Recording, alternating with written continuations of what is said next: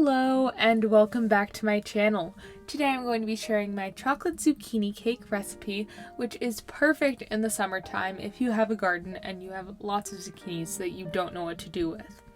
So we're going to start out with 3/4 of a cup of softened butter, and we are just going to blend that together, cream it with 2 cups of granulated sugar, and you want to make sure that it is nice and light and fluffy before we add in 3 eggs. Now, zucchini is very similar to applesauce or bananas in baking, as it adds to the texture and moistens the baked goods, and it also boosts the nutrients. And I even like this cake as somebody who doesn't actually like the taste of zucchini. It doesn't add any zucchini flavor. It really just adds to the texture of the cake, making it more tender due to the zucchini's very high water content. So then we're going to add in 2 teaspoons of vanilla.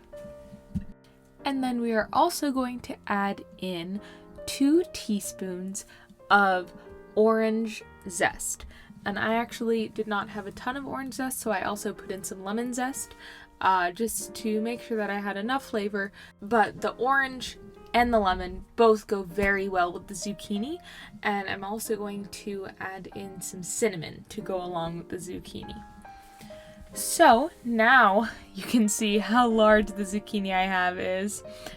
This one was one that we missed in the garden, so it got quite big, but it's not a big deal if your zucchini is a little bit overgrown. In this recipe, it doesn't really matter. The texture of the zucchini will not affect the texture of the cake in any way, even if it is a little bit too big. And there is no need to remove any excess water from the zucchini before adding it into the cake. So we're going to add in 2 cups of our coarsely grated zucchini, and you want to mix that very well, and you might see that the mixture becomes a little bit curdled. That is fine. It will all be resolved once we add in the flour. So now we are going to take 2.5 cups of flour, as well as 1/2 cup of cocoa powder, 2.5 teaspoons of baking powder, 1.5 teaspoons of baking soda, 1 teaspoon of salt, and 1 teaspoon of cinnamon. And then we are just going to whisk that all together, and we are going to set that aside. And now we are going to add our wet and dry ingredients together.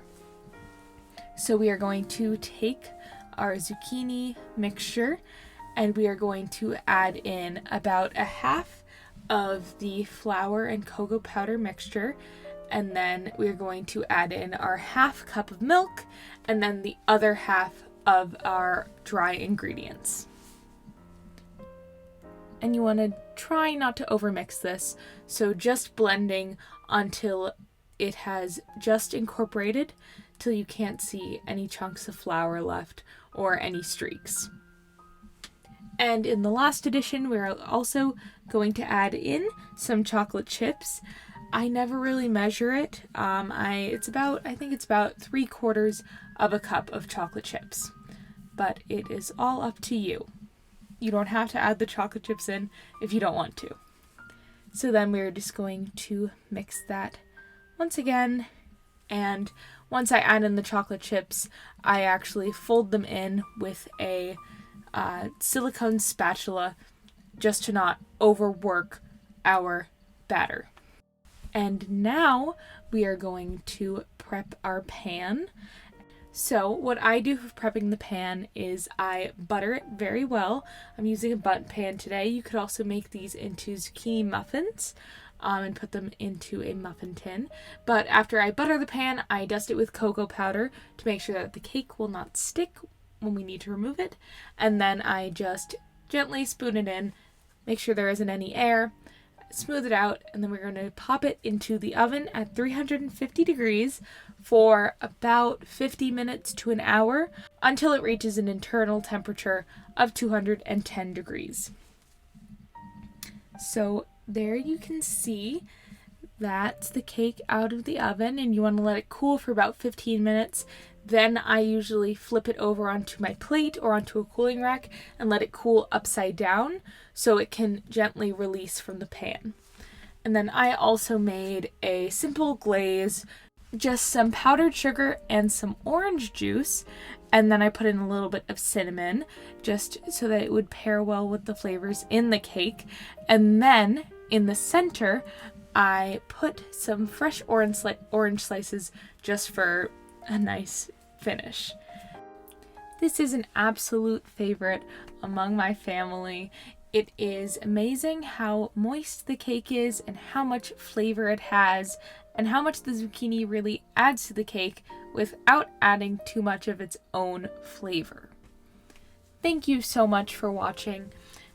As always, the recipe in this video will be in the description below, as well as on my website, bakingwithbrie.com. Be sure to give this video a thumbs up and subscribe so you don't miss any more in the future. And be sure to leave any suggestions in the comments below. Bye!